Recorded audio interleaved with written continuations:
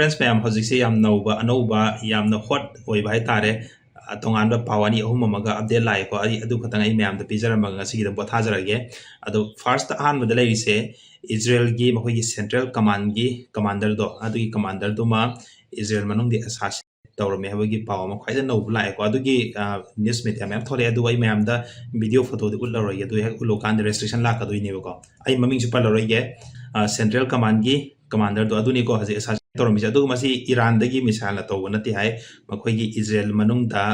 मोगी स्पाई लेरंगमनी को Israel गिसु Iran दे spy ले अदुगा ईरान गिसु स्पाई थाजिल लेबा इजराइल दा अदु स्पाई दुन तौरगा दुमाइन तौरमने अदुगा महाक से सिरगा लेरंबसे महाक की मसागा मकोक से मीटर 10 गुम लापना तारगा लेरमे हाय को अदुम लेरे अहानबदा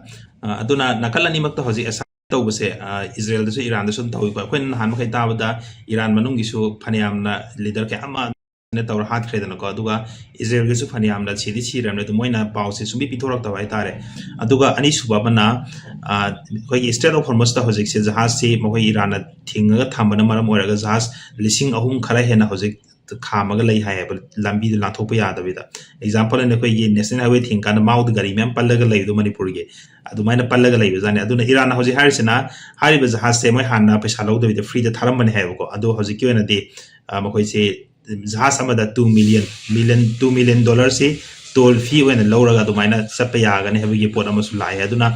ईरान सु हदकी लान से नखोय मोइसु अमांगा ता के अमा थोके मदु फोकट नबा हाइतारे लंबी मसु मोइदा लाक्सरे अदुगा हानगी पृथ्वी की लान से हौद्रिंग ममांग लेरबगा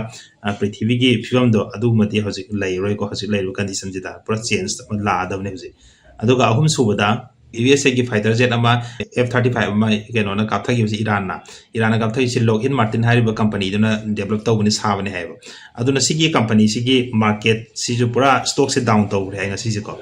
कईनो है कांदा अतोप केनोजी कंट्री मयामना हारिबा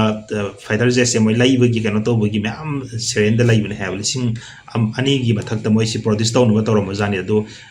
यामना हानदे हेदी इनविजिबल हाइतारे इनविजिबल हाइदो को कनांद्र उंगम दबा दु मैना आग तौनिंग तौंगम फाइटर जेट अमने खलंबदो करिसु नतब ईरान की एयर डिफेंस मसागी डेवलप तौजबमना सुत तौखिबदा मैम से पूरा डाउन चलो जाने मसी लौरु याब नतेना अदुगी मैदि बैटल फील्ड पोतो खंगेदना आई नहान मखैदि बैटल फील्ड सिजना देबको अदु बैटल फील्ड सिजना कांदा खंग्रे मागी मरोय मागी मथौना हाय तारे फाइटर जेट तुगी अदुना अदु मसु डाउन चले हायबम लैरे अदुगा पृथ्वी की अतोप कंट्री मैमना मद लौने तौरम सिंग जो हंदोपगी फिल्म द लैरा माने अदु तसेंगै USA दसु इकोनॉमी से अदुगी मदिक डाउन चपगी कंडीशन दनि को हजि लाइज अदुना डोनाल्ड ट्रम्प सु मको यम साबगी मागी अनो नो हजि मेसेज मैम पिथोरप यावरि को आई मैम मथगी वीडियो द आई मैम दु उचरगे अनो वीडियो मैम पिथोरे मा हजि फरे ngasi की दै लोइसिनजरगे मैम सु दुम सि तारगा पोथाबिरो अदुगा हयेंग अमुका नुबा वीडियो मसोई मैम दम पुदन लाक्सरगे को दि थैंक यू ऑल